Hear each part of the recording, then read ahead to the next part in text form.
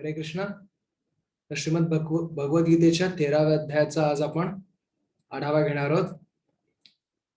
ओम अज्ञानतिमिरान्धस्य ज्ञानाञ्जनशलाकया चक्षुरुन्मिलितं येन तस्मै श्रीगुरवे नमः.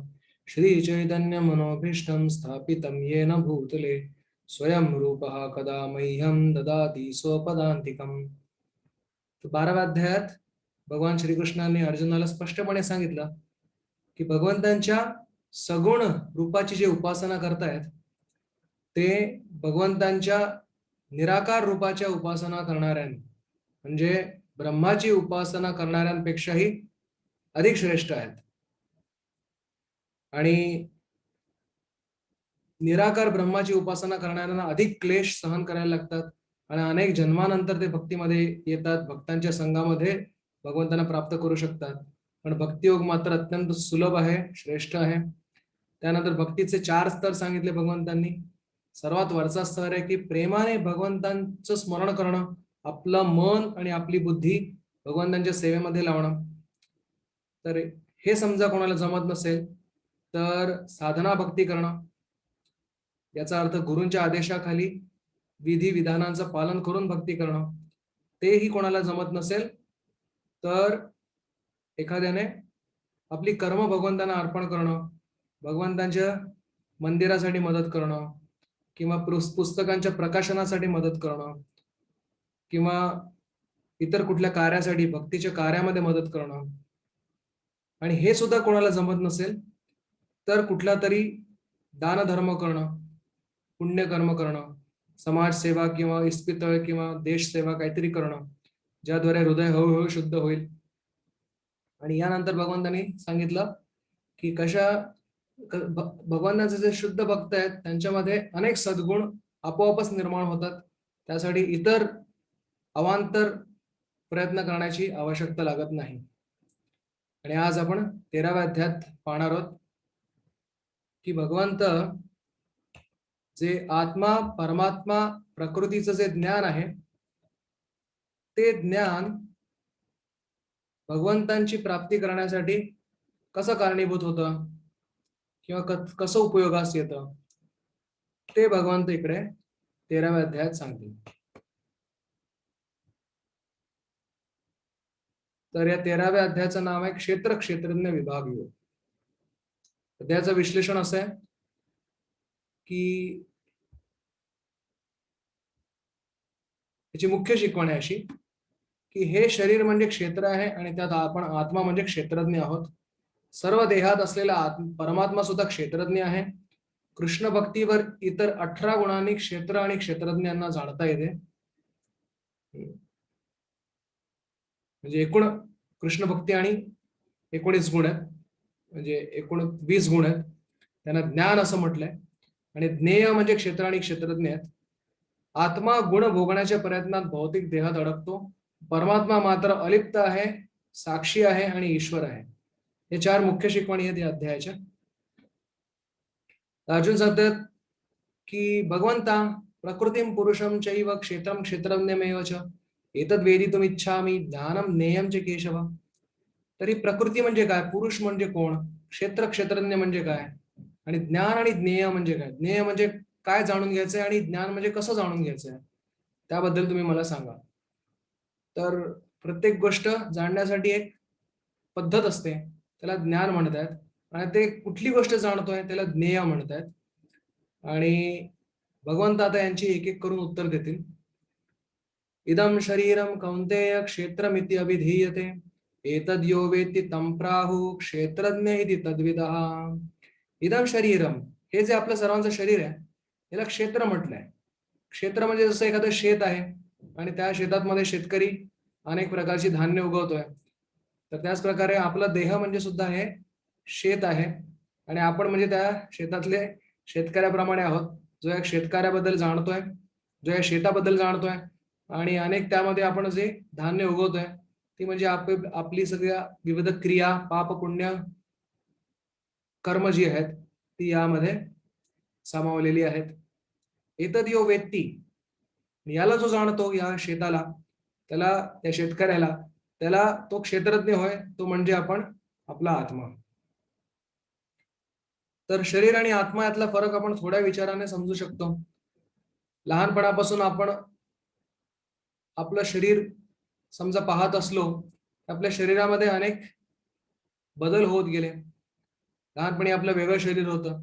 थोडं मोठं झाल्यानंतर अजून वेगळं शरीर होतं आणि आता अजून वेगळं शरीर आहे. काही वर्षांनी अजून वेगळं दिसेल शरीर. शरीर बदलत जात आहे, पण आपली ओळख मात्र बदलत नाहीये.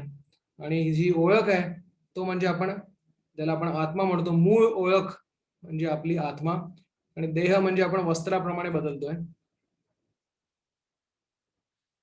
पुढे म्हणतात क्षेत्रज्ञं चापि मां विद्धि सर्व क्षेत्रेषु भारत क्षेत्र क्षेत्रज्ञयोर ज्ञानम यत्तज्ज्ञानम मतं मम.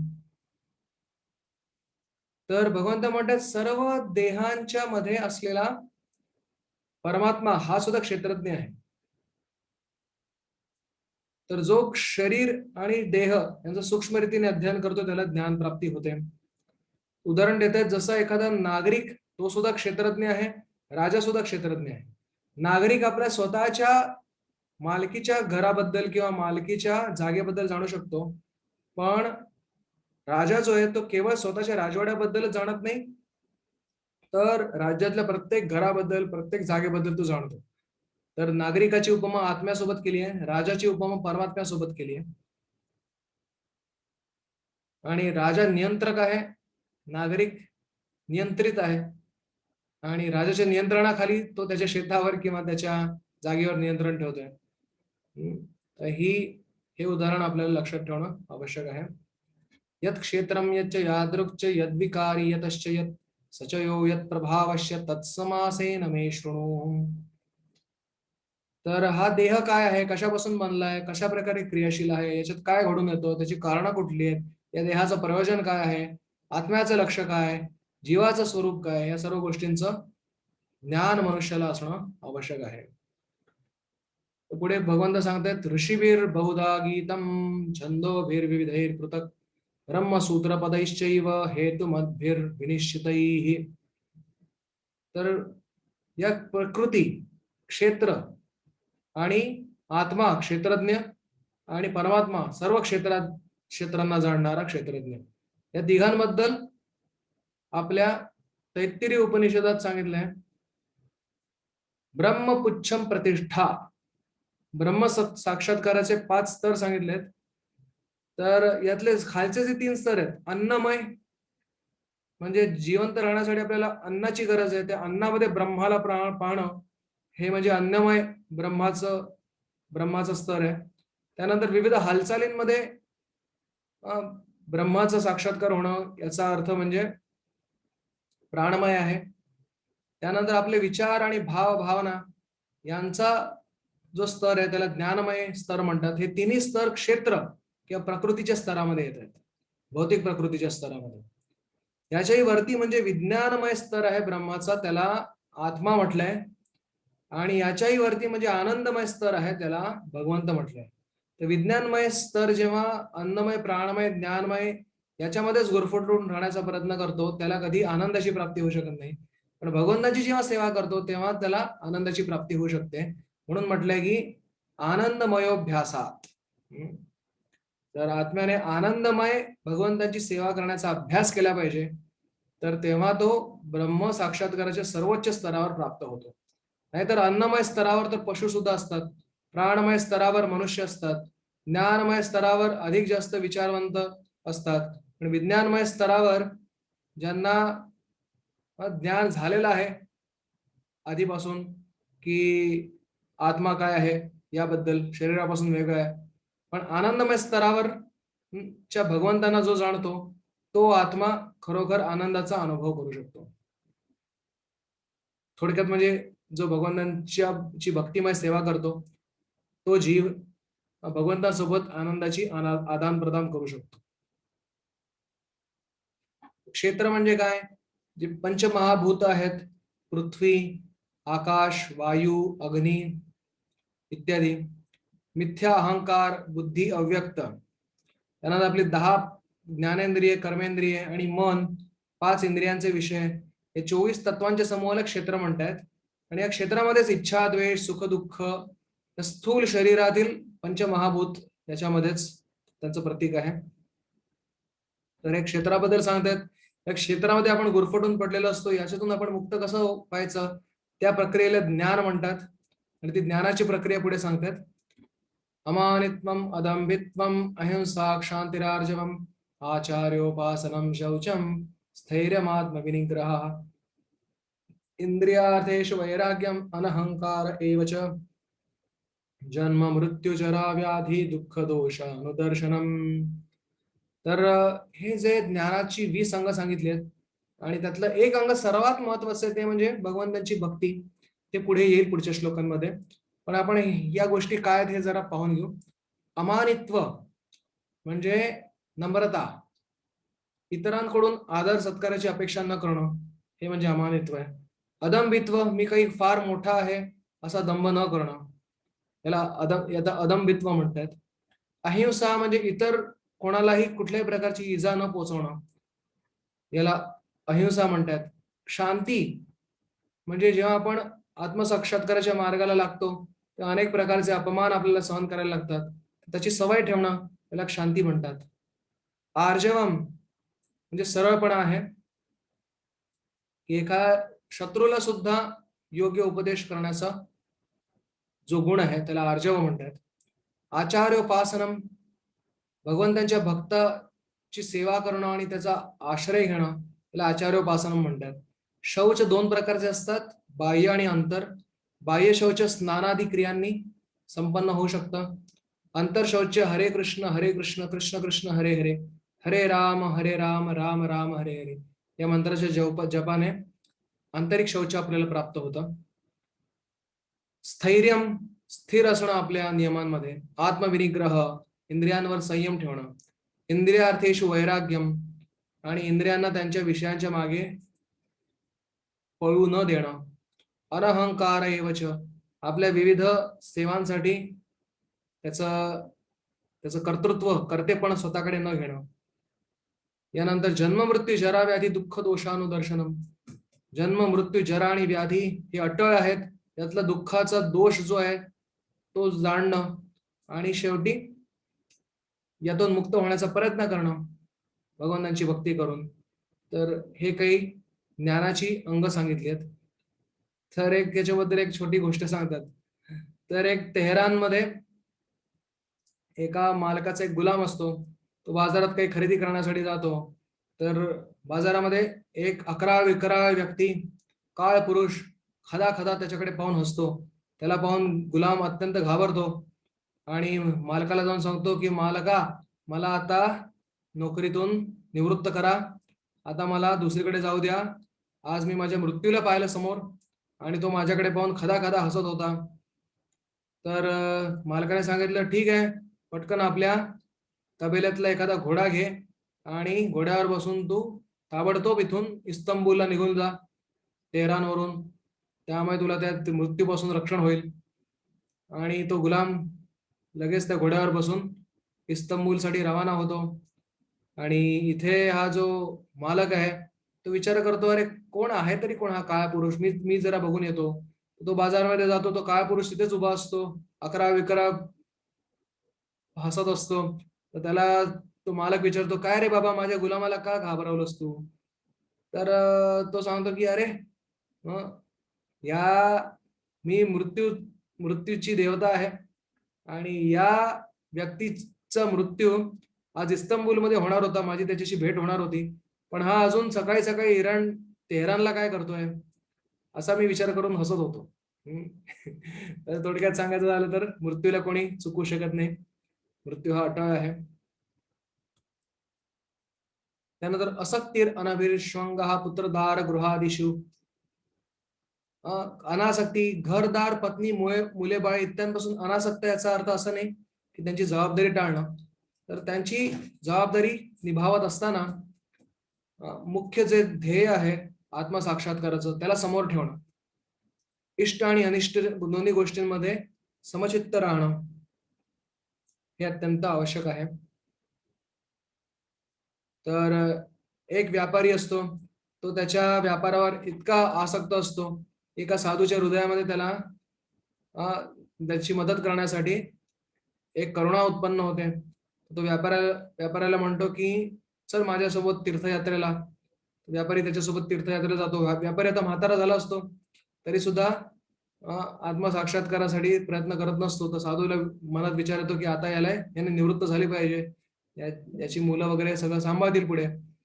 तर व्यापाऱ्याला घेऊन जातो, तो सगळी सगळी तीर्थ फिरतो आणि शेवटी वाराणसीला एका ठिकाणी येतो आणि स्मशानभूमी पाहून त्या व्यापाऱ्याच्या डोळ्यामध्ये अनेक अश्रू वाहू लागतात. साधूला वाटतं अरे वा, माझं कार्य सफल झालं. तर मग त्या व्यापाऱ्याला विचारतो, का रे बाबा, का रडतोयस तू?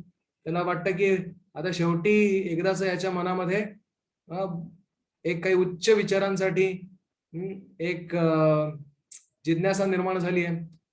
तर विचारतायत व्यापाऱ्याला.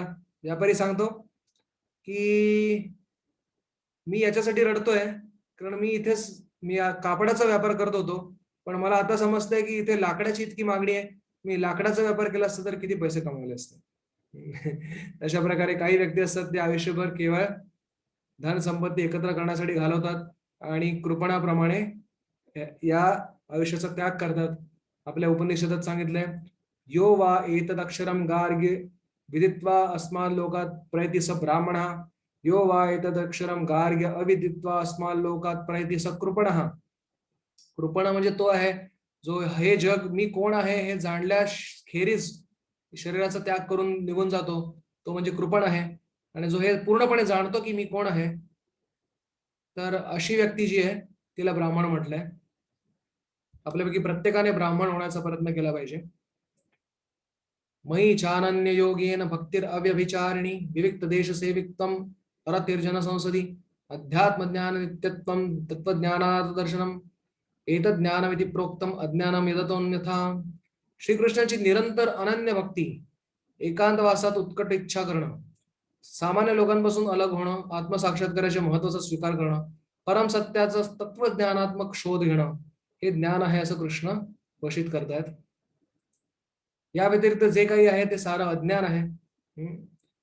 तर ही ज्ञानाची परिभाषा आपण समजली पाहिजे. तर भगवंत सगळ्यात आधी ज्ञेयाचं म्हणजे आत्म्याचं आधी वर्णन करतायत, नंतर परमात्म्याचं वर्णन करतायत आणि हे ज्ञान प्राप्त केल्यानंतर आपल्याला अमृतत्व प्राप्त होतं असं भगवंत सांगतात.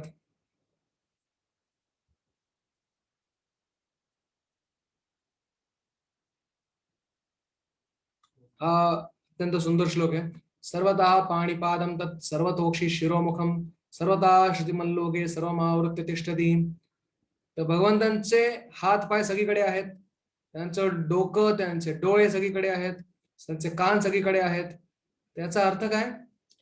तर सर्व जीवांचे हात पाय सुद्धा भगवंतांमध्ये स्थित आहेत. भगवंत जोपर्यंत आपल्याला शक्ती देत नाही तोपर्यंत आपण पाहू शकत नाही, तोपर्यंत आपण ऐकू शकत नाही.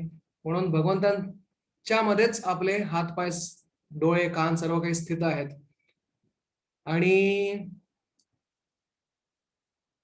दुसरा अर्थ याचा अर्थ असा आहे की भगवंताचे हात कुठेही पोहोचू शकतात. भक्ताने कुठल्याही ब्रह्मांडातल्या कुठल्याही ठिकाणी बसून भगवंतांना पत्र पुष्प फल जळ अर्पण केलं तर ते घेण्यासाठी भगवान कुठूनही त्याचा स्वीकार करू शकतात. आणि म्हणून सर्वता पाणीपादम तत् सर्वतोक्षी शिरोमुखम हा श्लोक सांगितलाय.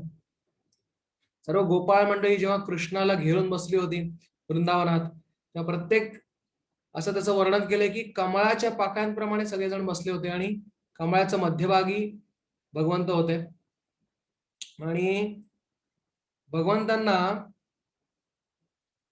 विविध मंडलामध्ये गोप मंडळी बसली होती, पण जे गोप आहेत प्रत्येक गोपाला असं वाटत होतं की भगवंत माझ्याकडेच पाहत आहेत आणि इतरांकडे त्यांची पाठ आहे किंवा बाजू आहे. आणि प्रत्येक गोपाला असं वाटत होतं की मी भगवंतांच्या सगळ्यात आतल्या मंडलामध्ये बसलेलो आहे. तर हे कसं शक्य आहे? तर भगवंतांची जी अशी अचिंत्य शक्ती आहे, सर्वदा पाणीपादम तत् सर्वतोक्षी शिरोमुखम, तर त्याच्या प्रभावाने हे शक्य आहे. सर्वेंद्रिय गुणाभासम सर्वेंद्रिय विवर्जितम असक्तम सर्वभृच्चैव निर्गुणम गुणभोक्तृ च. ते परमात्म्याचं वर्णन आहे. सर्व इंद्रियांचे मूळ आहेत, उगमस्थान आहेत, पण इंद्रियांपासून प्राकृत इंद्रियांपासून रहित आहेत. सर्व जीवांचं पालन करते आहेत तरी अनासक्त आहेत. प्राकृतिक गुणांच्या पलीकडे आहेत तरी सुद्धा प्राकृतिक गुणांचे स्वामी आहेत. तर इकडे एक श्लोक सांगतात, अपाणी पादो जवनो गृहीता पश्यति अचक्षु स शृणोति अक्रणा सवेत्ति वेद्यम न च तस्य वेत्ता तमाहुर अग्रयम पुरुषम पुराणम. तर हे वर्णन ऐकून काही काही जण म्हणतात, पहा पहा, भगवंतांना काही इंद्रिय नाही आहेत, भगवंतांना काही गुण नाही आहेत, भगवंतांना काही आकार नाही आहेत. पण ते अत्यंत चुकीचा समज करून बसतात. इथे प्राकृत इंद्रियांचा, प्राकृत गुणांचा निषेध केलाय, पण त्याच वाक्यामध्ये दिव्य इंद्रिय आणि दिव्य जे गुण आहेत त्यांची पुष्टी केलेली आहे. अपाणी पादो जवनो गृहीत, ज्याला भौतिक हातपाय नाहीत, पण जो ग्रहण करू शकतो, करतो आणि चालतो. पश्यती चक्षु, डोळे नसून पाहतो, म्हणजे काय, दिव्य डोळ्यांनी पाहतो, प्राकृत डोळ्यांनी पाहत नाही. शृणोती अकर्णा, कान नसून ऐकतो, म्हणजे काय, प्राकृत आपल्यासारखे कान भगवंतांचे नाही आहेत, पण दिव्य कान आहेत, त्यांनी ते ऐकतात. तर ते सर्वांना जाणतात, त्यांना कोणी जाणत नाहीत. अशा पुराण पुरुष भगवंतांना मी प्रणाम करतो. सर्व परमसत्य जे आहेत ते सर्व प्राणी मात्रांच्या अंतरात आणि बाहेर आहेत. सूक्ष्म असल्यामुळे भौतिक इंद्रियांच्या पाहण्याच्या आणि जाण्याच्या आणि ग्रहण शक्तीच्या पलीकडे आहेत. लोक म्हणतात आम्हाला भगवंतांना दाखवा, परंतु जोपर्यंत भगवंत आपल्याला दाखवण्यास तयार नाहीत तोपर्यंत आपण कधी भगवंतांना पाहू शकत नाही. अत्यंत दूर जरी असले तरी अत्यंत जवळही आहेत. भगवंत आध्यात्मिक धामामध्ये आहेत, परंतु जो भगवंतांची आठवण काढतोय हृदयामध्ये भगवंत तर आहेतच, त्याच्यासाठी ते प्रकट होऊ शकतात. सर्व जीवांमध्ये विभक्त वाटलेला असला तरी सुद्धा तो कधीच विभक्त झालेला नसतो. तर कोणी म्हणेल अरे भगवंत तर प्रत्येकाच्या हृदयात आहे, तर तो त्याचे विभाग झाले काय? तर नाही, तो एकच परमात्मा प्रत्येकाच्या हृदयामध्ये आहे भगवंतांच्या अचिंत्य शक्तीने. जसं सूर्य त्याचं प्रतिबिंब प्रत्येक घड्यातल्या पाण्यामध्ये दिसतं, याचा अर्थ नाही की सूर्याचं विभाजन झालंय. सूर्य तर एकच आहे. तर पुढे सांगतात, ज्योतिषामपि तज्ज्योतिष तमसा परमुच्यते. तर मनुष्याचे हात पाय विशिष्ट क्षेत्रापुरते मर्यादित असतात, परंतु श्रीकृष्णाचे हात पाय मात्र सर्वत्र पसरलेले असतात. तर अशा प्रकारे याला क्षेत्र म्हटलंय. ज्ञान, ज्ञेय आणि शरीराचं वर्णन भगवंतांनी सांगितलंय. आणि भगवंत म्हणतात हे ज्ञान फक्त भक्तच ग्रहण करू शकतात. तर प्रकृती आणि पुरुष या दोघांना सुद्धा अनादि जाणलं पाहिजे. आणि त्यांचे विकार जे आहेत,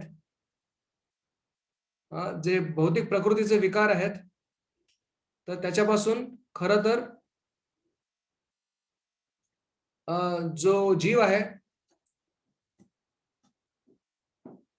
तो या विकारांपासून अलिप्त आहे. ते विकार त्याच्या शरीराचे आहेत, पण त्याच्या स्वरूपाचे नाही आहेत. तर मग कशा प्रकारे हा जो जीव आहे हा भौतिक प्रकृतीत अडकलाय त्याबद्दल वर्णन आहे. कार्यकारण कर्तृत्वे हेतु प्रकृतिरुच्यते पुरुष सर्व सुख दुःखानां भोक्तृत्वे हेतुरुच्यते. तर कार्य कारण कर्तृत्वच्या साठी प्रकृती कारण सांगितलंय, कारण प्रकृतीच मनुष्याला इंद्रिय आणि शरीर पुरवते विविध कार्य करण्यासाठी. पण त्याच्यातून जे सुख दुःख उपभोगायला मिळते त्यासाठी पुरुषच कारण आहे. जीवच अशा निवासस्थानाला आणि त्यातून निर्माण होणाऱ्या सुख दुःखास कारणीभूत असतो. तर हे कसं काय मनुष्य जीव जो आहे हा या देहामध्ये कसा अडकला त्याचं वर्णन केलंय. पुरुषा प्रकृतिस्थो हि भुंक्ते प्रकृतिजान गुणान कारणम गुणसंगोस्य सदसद्योनी जन्मसु. हा तथाकथित जो पुरुष आहे, जीव आहे, प्रकृतीमध्ये राहिल्यामुळे प्रकृतीच्या गुणांची अभिलाषा केल्यामुळे तो या प्रकृतीमध्ये अडकून पडलाय. कारण आणि गुणांच्या संघामुळे कारणम गुणसंगोस्य विविध सदअसद योनींमध्ये तो जन्म घेतोय. तर आपण चुकीची इच्छा केल्यामुळे या जगामध्ये आपण आपली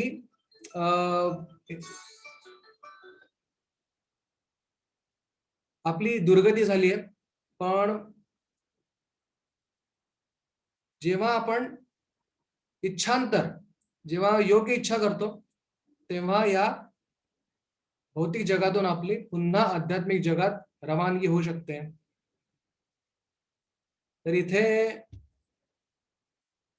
जेवढं आपण भगवंतांविषयी श्रवण करू, श्रील प्रभुपाद तात्पर्यामध्ये सांगतात, जेवढं आपण भगवंतांविषयी स्मरण करू तेवढं अधिकाधिक आपल्याला भगवंतांच्या प्रति ओढ निर्माण होईल आणि आपल्या इच्छांचं आध्यात्मिकीकरण होईल आणि जेणेकरून आपण आनंदाचा अनुभव करू शकतो. तर पुढे सांगतात, उपद्रष्टा हनुमंता च भर्ता भोक्ता महेश्वरा परमात्मेति चाप्युक्तो देहेस्मिन पुरुषा परा. तर आपल्या हृदयामध्ये आपण स्वतः आहोत आत्मा आणि आपल्यासोबत परमात्मा सुद्धा आहेत. पण परमात्मा मात्र आपली देखरेख करतोय. आपल्याप्रमाणे गुणांमध्ये अडकून पडलेला नाहीये. पण आपली देखरेख करतोय, आपल्या कार्यांना अनुमती देतोय आणि प्रकृती आणि आपण दोघांचे ईश्वर परमात्मा आहेत. तर असा जो जाणतो, जो भौतिक प्रकृती, जीव आणि त्रिगुणांचे विकार याचं तत्व जाणतो, त्याला निश्चितच मोक्षप्राप्ती होते. वर्तमान स्थिती त्याची कशी असली तरी त्याचा पुनर्जन्म होत नाही. तर काही जण परमात्म्याची अनुभूती अंतरात ध्यानाद्वारे करतात, काही जण ज्ञानाच्या अनुशीलनाद्वारे करतात, तर काही जण निष्काम कर्माद्वारे करतात. आणि जो भक्तियोग करतोय त्याला मात्र सहजपणे भगवंतांची, जसं सूर्याचा उदय झाल्यानंतर आपोआपच सूर्य पण दिसतो आणि आपण सुद्धा त्याच्यामध्ये आपल्याला दिसतो. एकमेकांना पण आपण पाहू शकतो. तर त्या प्रकारे भक्तियोग केल्यानंतर कर्म, ज्ञान आणि ध्यानापासून जो लाभ होतो तो केवळ भक्तीमुळे सर्व त्या ज्ञानाची प्राप्ती आपल्याला होऊ शकते. अन्ये तु एवं अजानन्तः श्रुत्वा अन्येभ्यः उपासते तेपि चाति तरन्त्येव मृत्युं श्रुतिपरायणा. तर श्रवण विधीवर निक्षून भर दिलाय याच्यामध्ये. तर तर्काने परम सत्याला जाणण्याचा आपला प्रयत्न आपण त्याग केला पाहिजे.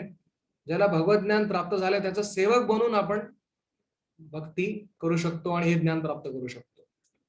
चर आणि अचर जे काही अस्तित्वात आहे ते क्षेत्र आणि क्षेत्रज्ञ यांच्या केवळ संयोगातूनच निर्माण होत आहे. आणि जो मनुष्य सर्व देहांमध्ये स्थित जीवात्म्याला साथ देणाऱ्या परमात्म्याला पाहतो, तो हे जाणतो की नश्वर देहामधला आत्मा आणि परमात्म्याचा कधी विनाश होत नाही.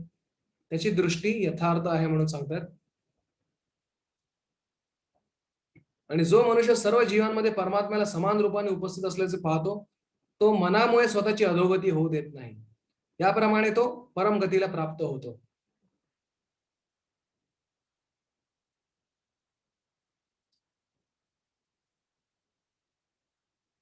तर पुढे सांगतात की आत्मा शारीरिक क्रियांच्या अतीत आहे आणि जो मनुष्य पाहू शकतो की भौतिक प्रकृतीद्वारे निर्मित शरीरच सर्व कर्म करते आणि आत्मा मात्र अकर्ता आहे, तो यथार्थ रूपाने पाहतोय.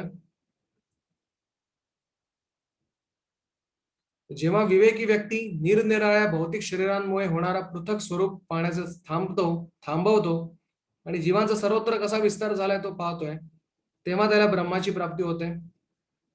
अनादित्वान निर्गुणत्वात परमात्म्यमायम अव्ययः शरीरस्थोपी कौंतेय न करोति न लिप्यते. भौतिक शरीराच्या जन्माबरोबरच जीवाचाही जन्म झाल्याचे प्रतीत होते, परंतु जीव मात्र शाश्वत आहे, अजन्म आहे आणि प्राकृत शरीरामध्ये स्थित असला तरी दिव्य आणि शाश्वत आहे. त्याला वृश्चिक तंडुली न्याय म्हणतात. तुम्ही ऐकलं असेल की वृश्चिक म्हणजे कधी कधी जे विंचवाची पिल्ल भाताच्या पोत्यातून बाहेर निघालेली दिसतात. तर कोणाला वाटतात की अरे भाताच्या पोत्याने याला तांदळाच्या पोत्याने विंचवांना जन्म दिला, पण तसं नाहीये. विंचवाच्या मादाने त्या तांदळामध्येच अंडी घातलेली होती आणि ती अंडी तांदळासारखीच दिसतात आणि त्यातून ही विंचवाची पिल्ल बाहेर येतात. याचा अर्थ असा नाही की त्या भाताच्या पोत्याने विंचवांच्या पिल्लाला जन्म दिला. त्याच प्रकारे जरी भौतिक सृष्टीमध्ये आपण जन्म घेताना दिसलो तरी असं नाही म्हटलं पाहिजे की भौतिक प्रकृतीने आपल्याला जन्म दिला. आपण सर्व भगवंतांचेच अंश आहोत. आणि आपला प्रक्षेपण या भौतिक जगामध्ये झालंय. आणि जसं भाताच्या पोत्यातून जशी विंचवाची पिल्ल बाहेर येतात तशी या भौतिक प्रकृतीमधून आपला जन्म झालेला दिसतो. पण आपला आत्मा मात्र भगवंताचाच अंश आहे आणि तो शाश्वत आहे, दिव्य आहे. तर यथा सर्वगतम सौक्ष्म्याद आकाशम नोपलिप्यते सर्वत्र अवस्थितो देहे तथात्मा नोपलिप्यते. वायू जसा पाणी, चिखल, विष्ठा सर्व पदार्थात प्रवेश करतो परंतु कशामध्ये लिप्त होत नाही, त्याच प्रकारे जीव जरी विविध प्रकारच्या शरीरांमध्ये स्थित असला तरी स्वतःच्या सूक्ष्म स्वरूपामुळे त्या शरीरांपासून अलिप्त राहतो. आणि ज्या प्रकारे एक सूर्य संपूर्ण विश्वाला प्रकाशित करतो, तसा शरीरात असणारा एक जीव चेतनेद्वारे संपूर्ण शरीराला प्रकाशित करू शकतो. जो या ज्ञानचक्षुने क्षेत्र आणि क्षेत्रज्ञांबद्दल जाणतो, तोच या भौतिक प्रकृतीतून मुक्त होण्याचा मार्ग जाणू शकतो. या अध्यायाचं तात्पर्य आहे की मनुष्याने क्षेत्र, क्षेत्रज्ञ आणि परमात्मा याचा भेद जाणावा. थोडक्यात आपल्या सभोवताली दिसणारी जी प्रकृती आहे त्यापासून आपण भिन्न आहोत. आपण आत्मा आहोत, शाश्वत आहोत. समोरच्याची परिस्थिती, प्रकृती बदलणारी आहे आणि या आत्म्याची वरती परमात्मा आहे आणि तो सुद्धा शाश्वत आहे आणि आपला नियंत्रक आहे. हे जो जाणतो, तर त्याला खरं ज्ञान प्राप्त होतं.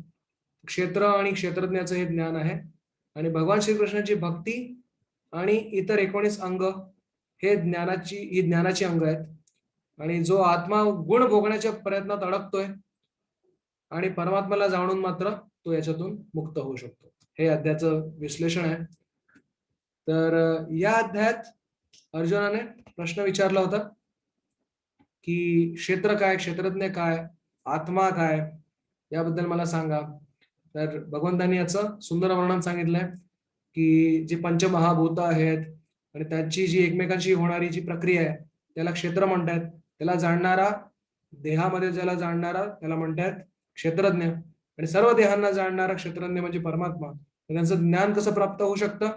अमानित्वम, अदंबित्वम इत्यादी गुण सांगितलेत आणि त्याच्यामध्ये मुख्य गुण सांगितलाय आचार्य, उपासना आणि भगवंतांची भक्ती.